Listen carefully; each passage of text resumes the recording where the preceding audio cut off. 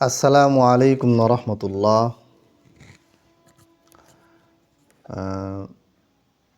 19 তারিখ মাদারীপুরে খুতবা দেওয়ার জন্য গিয়েছিলাম। সেখানে আমাদের এক নিজেকে শিয়া মনে করেন, তো তার সাথে আমার বিভিন্ন বিষয়ে কথাবার্তা হচ্ছিল। অনেকগুলি বিষয় তার জবাব দেওয়ার সময় তিনি একটি হাদিস বর্ণনা করেছিলেন। সেটা হচ্ছে যে আনাস বিন মালিক রাদিয়াল্লাহু তাআলা আনহু থেকে বর্ণিত, ক্বালা রাসূলুল্লাহি সাল্লাল্লাহু আলাইহি ওয়াসাল্লাম, ইন্নামা মাসালি ওয়া মাসালু আহলি বাইতি কাসাফিনাতি নূহ মান রাকিবাহা নাজা ওয়া মান তাখাল্লাফা আনহা গরিকা। আল্লাহ নবী সাল্লাল্লাহু আলাইহি সাল্লাম বলেছেন যে ইন্নামা মাসালি ওয়া মাসালু আহলি বাইতি কাসাফিনাতি নূহ, আমার এবং আমার আহলে বাইতের দৃষ্টান্ত হচ্ছে নূহ আলাইহিস সালামের নৌকার মতো। মান রকিবাহা নাজা, যে এই নৌকায় আরোহণ করলো সে মুক্তি প্রাপ্ত হলো, নাজাত পেল। ওয়ামান তাখাল্লাফা আনহা গরিক, আর যে এই নৌকায় আরোহণ না করে পিছে পড়ে গেল সে পানিতে নিমজ্জিত হলো, ডুবে গেল। এইখান থেকে আহলে বাইতের প্রশংসা তারা বা দলিল প্রমাণ দেয়। প্রথম কথা হচ্ছে যে আহলে বাইতের ব্যাপারে সহি হাদিসে বা গ্রহণযোগ্য হাদিসে যে ফজিলতগুলি আছে সেগুলির উপর আমরা ঈমান রাখি এবং আহলে বাইতের বিরুদ্ধে যাওয়াকে আমরা কুফরি মনে করি। কিন্তু আহলে বাইতের ব্যাপারে সহি হাদিসগুলি বর্ণনা না করে এই রকম অত্যন্ত দুর্বল জালজৈব রেওয়ায়তগুলি কেন বর্ণনা করা হয়? কারণ এগুলি শিয়াদের খুব পছন্দের বর্ণনা। আচ্ছা, কেন শিয়ারা এই রেওয়ায়তগুলি পছন্দ করে এবং এগুলি দিয়ে দলিল দেয় সেগুলি আমরা আলোচনা করবো ইনশাল্লাহ। আচ্ছা, এখন যে রেওয়ায়তটা আমি পড়লাম এই রেওয়ায়তটা 3জন রাবি বর্ণনাকারী আছেন যাদের ব্যাপারে সমালোচনা আছে। একজন হচ্ছেন আলী বিন মোহাম্মদ বিন সাদ্দাদ আল মুতাররিজ।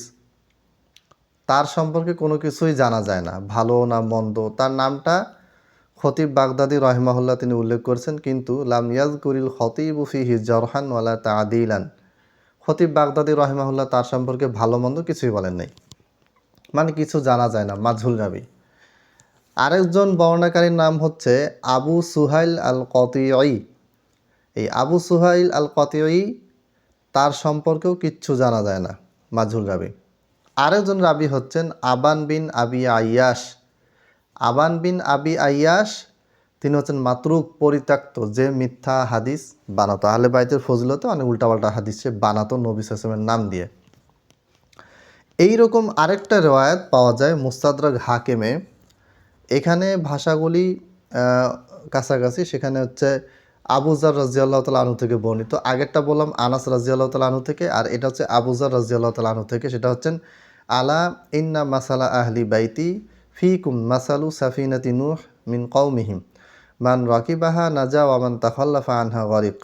হাফেজ জাহাবি রহিমাহুল্লাহ তালখিসুল মুস্তাদরাক গ্রন্থে মুস্তাদরাক হাকিমের এই হাদিসটা বর্ণনা করার পর বলেছেন মুফাদ্দালুন ওয়াহিন, অর্থাৎ এই যে হাদিসটা আবু যার থেকে বর্ণিত যে নূহ আলাইহিস সালামের নৌকায় আরোহণ করলো সে নাজাত পেল, আর যে আরোহণ করলো না পিছনে পড়ে গেল সে কি হয়ে গেল, পানিতে নিমজ্জিত হলো বা ধ্বংসপ্রাপ্ত হলো। এই বর্ণনাটা ইমাম হাকিম রাহিমাহুল্লাহ মুস্তাদরাকে বর্ণনা করেছেন আবু যার রাদিয়াল্লাহু তাআলা আনহু থেকে বর্ণিত। এই হাদিসের সনদে মুফাজ্জাল বিন সালেহ নামে একজন রাবি আছেন যিনি হচ্ছেন ওয়াহিন, অত্যন্ত দুর্বল। আরেকজন হচ্ছেন আবু ইসহাক। এই আবু ইসহাকের ব্যাপারেও সমালোচনা আছে। আচ্ছা, তাহলে দ্বিতীয় যে সনদটা এটাও অত্যন্ত দুর্বল। 3 নাম্বার, আরেকটা বর্ণনা পাওয়া যায় তাবারানিতে, আরেকটা পাওয়া যায় বাজ্জারে এবং তাবারানিতে।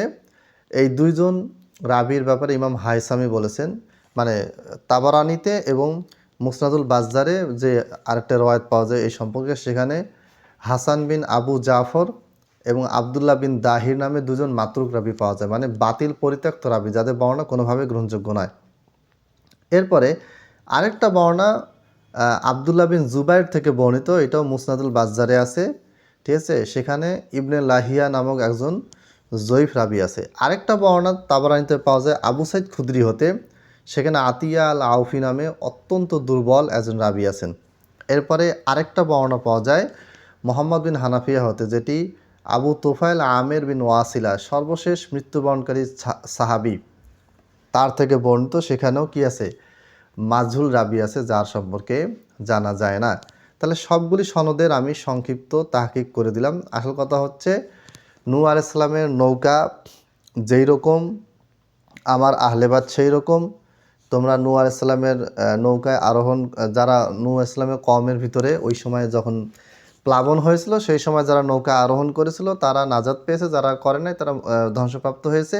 সুতরাং আমার আহলে বায়তে যা অনুসরণ করবে তারা নাজাত প্রাপ্ত হবে, এবং না করলে যারা করবে না তারা ধ্বংসপ্রাপ্ত হবে। এই মর্মে বর্ণিত যতগুলি বর্ণনা আছে সবগুলি অত্যন্ত দুর্বল, গ্রহণযোগ্য নয়। আসসালামু আলাইকুম রহমতুল্লাহ।